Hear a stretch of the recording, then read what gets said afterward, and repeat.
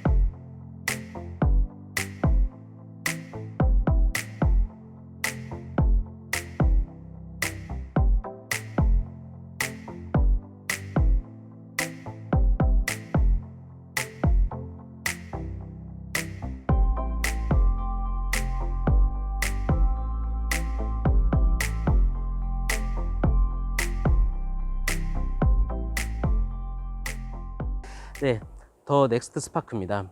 2017년 8월식이에요. 제가 이 차를 매입하게 된 그 가장 큰 장점은 주행거리였어요. 주행거리가 2만 킬로가 좀 넘었습니다. 2만 킬로 좀 넘어가지고 연식 대비해서 주행거리가 너무 좋았고, 주행거리만 좋다고 해서 무조건은 아니지만 차가 큰 돈은 바르지 않았지만 좀 눈에 들어온다, 좀 이쁘다, 속된 말로 꽂힌다, 예, 그런 차였기 때문에 제가 매입을 좀 하고 싶었고 매입을 해 왔네요. 자, 여기 보시면 이 별거 아닌 그 포인트를 조금씩 줬어요. 이런 것도 좀 이쁜 것 같고, 이 차 색깔에 어울리는 이런 크롬 라인들, 이런 것도 라이트는 없죠. 이런 것도 붙여 놓으셨고, 이쪽 측면으로 보시면 휠 전 사제 휠을 그렇게 개인적으로 좋아하진 않는데 얘는 어울리게 아주 깔끔하게 잘 해놨어요. 타이어도 트레이드 상태가 굉장히 좋습니다. 그리고 사제 휠을 장착을 했을 때 폭이 넘어가면 검사할 때 문제가 생깁니다. 제가 성능 점검 받는 곳이 자동차 검사소입니다. 검사소에서 체크를 해서 문제가 있다면 이렇게 성능 점검지에 저희가 표시를 하는데, 이거는 문제 없는 사제 휠로 판정을 받았고요. 자, 옆 라인을 보시면 관리 상태가 나쁘지 않았었어요. 엔진 소리나 실내 냄새나 청결도 그런 거에 대해서 굉장히 제 눈에 들어오기 때문에 마음에 들어서 이렇게 추천을 해드리고 영상을 찍고 있는 거고요. 보시면 흠이 없죠. 여기도 이게 라인 이런 게 좀 별건 아니지만 굉장히 이쁜 것 같습니다. 이 차의 단점이 이 뒷면에 있습니다. 교체된 곳이 있어요. 일단 내비게이션 매립돼 가지고 후방 카메라가 있고요. 후방 감지기 장착되어 있습니다. 트렁크를 열고 사고 교환이 어떻게 됐는지 설명을 한번 해드리겠습니다. 트렁크를 보면 사고 유무를 어떻게 보냐, 일단 이 볼트 풀린 자국을 먼저 체크를 합니다. 일단 볼트가 이 모서리 부분이 보면 이렇게 까져 있죠. 4개 다 그래요. 그러면은 일단은 교환이 됐나 싶죠. 교환이 됐는지 보면 이 실리콘을 한번 체크를 해봅니다. 실리콘을 이렇게 손톱으로 누르면 보이세요? 이게 툭 터져요. 툭 터져요. 실리콘을 인위적으로 쏜 거죠. 만약에 교환 안 됐다, 교환이 안 된다면 이 문으로 한번 예시를 들어볼게요. 이런 실리콘이에요. 실리콘 모양도 다르죠. 정품 실리콘은 딱딱하고 이렇게 얇은데 교환된 실리콘은 두껍고 좀 약하죠. 손톱으로 눌렀을 때 터지니까. 그러면 이 트렁크가 교환됐다. 그러면 봐야 될 게 이 양 리어 휀더입니다. 리어 휀더 같은 경우에는 이 스포트가 살아있는지 이거 한번 찍어봐 주세요. 이거는 정상입니다. 무사고입니다. 이 스포트가 균일적으로 아주 깔끔해요. 근데 교환이 되면 이 스포트 자국이 없던지 아니면 지저분합니다. 깨끗하고 양쪽 깨끗했기 때문에 그 다음으로 봐야 될 게 리어 패널입니다.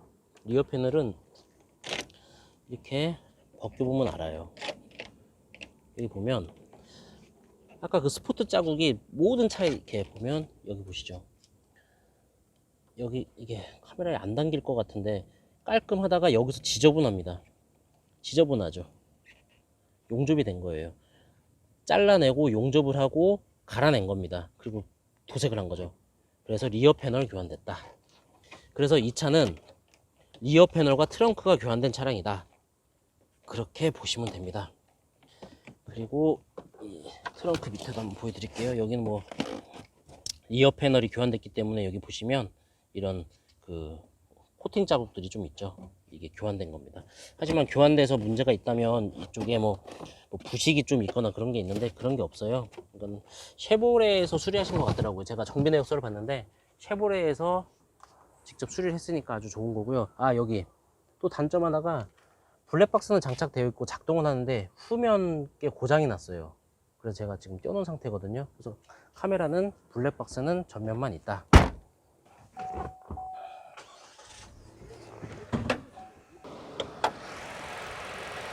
에어컨을 켜놓은 상태. 3기통 엔진 오랜만에 보네요. 경차를 오랜만에 또 촬영하다 보니까 이게 3기통이기 때문에 아무래도 이런 뭐 떨림이 심하죠. 하지만 이 엔진룸에서는 이렇게 진동이 심하지만 실내에서는 괜찮아요. 이 전 모델 스파크는 4기통이었습니다.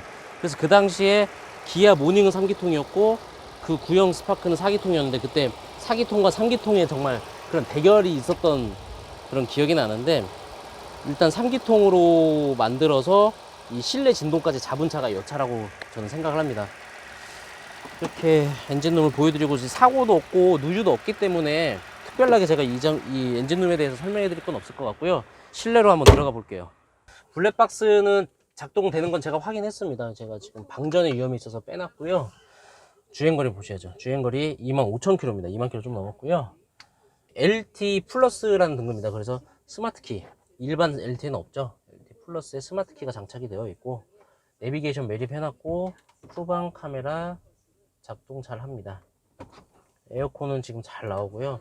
전면 썬팅, 측면 썬팅 3M 회사 걸로 되어 있는데 아주 잘 되어 있고 썬팅 지금 상태도 굉장히 양호합니다. 전반적으로 뭐 실내 뭐 대시보드부터 이런 핸들, 각종 버튼류들 전혀 어디 하나 흠잡을 데 없이 정말 깨끗합니다. 깨끗해요. 천장까지 아주 완벽합니다. 그리고 열선 시트는 여기에 있는데요. 작동 잘 되고요.